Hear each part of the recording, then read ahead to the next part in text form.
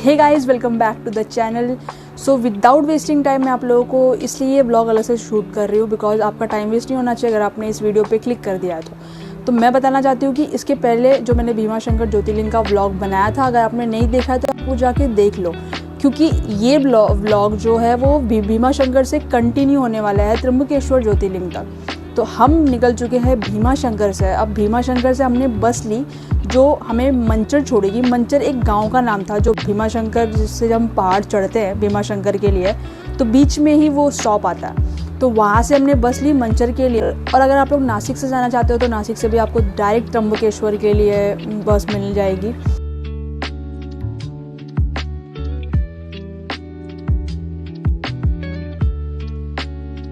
तो त्र्यंबकेश्वर ज्योतिर्लिंग ये नासिक के त्र्यंबक नाम की प्लेस पे ब्रह्मगिरी पर्वत पे स्थित है। तो बहुत पहले यहाँ पे बारिश नहीं हो रही थी, जिसकी वजह से काफ़ी लोग ये प्लेस छोड़ के जा रहे थे। और इस चीज़ का समाधान निकालने के लिए महर्षि गौतम जी ने 6 महीने का तप किया, जिसकी वजह से उन्होंने वरुण देव जी को प्रसन्न किया। और वरुण देव जी ने फिर उन्हें कहा कि यहाँ इस प्लेस पे गड्ढा खोदो। और जब उन्होंने उस प्लेस पे गड्ढा खोदा तो वरुण देव जी ने उस प्लेस को पानी से भर दिया। तो इस प्लेस को पानी मिलने के बाद यहाँ पे लोग वापस आके रहने भी लगे और जो प्लेस थी वो काफ़ी हरी भरी होने लगी, जिसकी वजह से महर्षि गौतम जी की काफ़ी तारीफ़ हुई।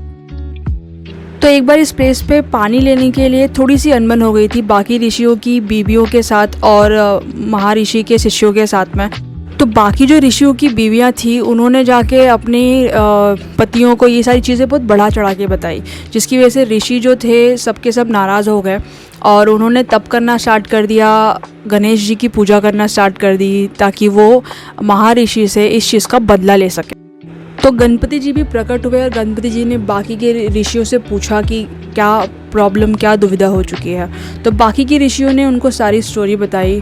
फिर भी गणपति जी ने समझाया कि महर्षि गौतम जी की वजह से यहाँ पे पानी आया है, तो वो ऐसे इंसान नहीं होंगे कि आपका अपमान करें। बट बाकी ऋषियों ने तो जिद ठान ली थी कि नहीं, उन्होंने हमारा अपमान किया है और इस चीज़ का हमको बदला लेना है। तो गणपति जी ने बहुत समझाने के बाद वो जब नहीं समझे बाकी के ऋषि, तो उन्होंने कहा कि ठीक है, बट इस चीज़ का परिणाम बहुत बुरा हो सकता है।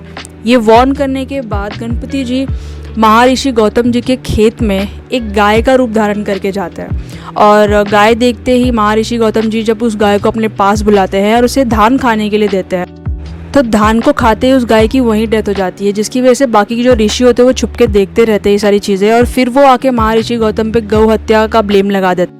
महर्षि गौतम जी जहाँ जाके रहते थे दूसरी प्लेस पे, वहाँ भी उन्हें कई ब्राह्मण परेशान किया करते थे बिकॉज उन पर गौ हत्या का ब्लेम लगा था। तो उन्होंने इस गौ हत्या के ब्लेम को हटाने के लिए उन्हें काफ़ी सारे उपाय बताए, तप करने के लिए कहा, पूजा पाठ करने के लिए कहा। तो महर्षि गौतम जी ने वैसा किया और ये करने के बाद शिव जी प्रसन्न भी हुए और शिव जी ने उन्हें दर्शन भी दिए। तो महर्षि गौतम जी ने कहा कि ये जो ब्लेम है मेरे सर पे, जो ब्लेम लगा हुआ है गौ हत्या का, उसे हटाइए। तो शिव जी ने उन्हें बताया कि इसमें तुम्हारी कोई भी गलती नहीं थी, इसमें सारी गलती जो थी उन ऋषियों की थी जिन्होंने ऐसा इल्ज़ाम तुम पे लगाया है। तो महर्षि गौतम जी ने धन्यवाद प्रकट करते हुए उन्होंने कहा कि अगर उन ऋषियों ने मुझ पे ये इल्ज़ाम नहीं लगाया होता तो मुझे आज आपके दर्शन नहीं होते। तो महर्षि गौतम जी ने अपनी विश में माँ गंगा प्रदान करने के लिए कहा शिव जी को। तो शिव जी ने गंगा जी को वहाँ पे उपस्थित होने के लिए कहा। तो गंगा जी ने शिव जी से कहा कि मैं यहाँ पे तभी उपस्थित रहूँगी और मैं यहाँ पे तभी वास करूँगी जब आप और आपका पूरा परिवार और बाकी देवगण भी यहाँ पे रहेंगे मेरे साथ में। तो इस प्रकार यहाँ शिव जी के साथ सभी देवगण यहाँ पे वास करते हैं।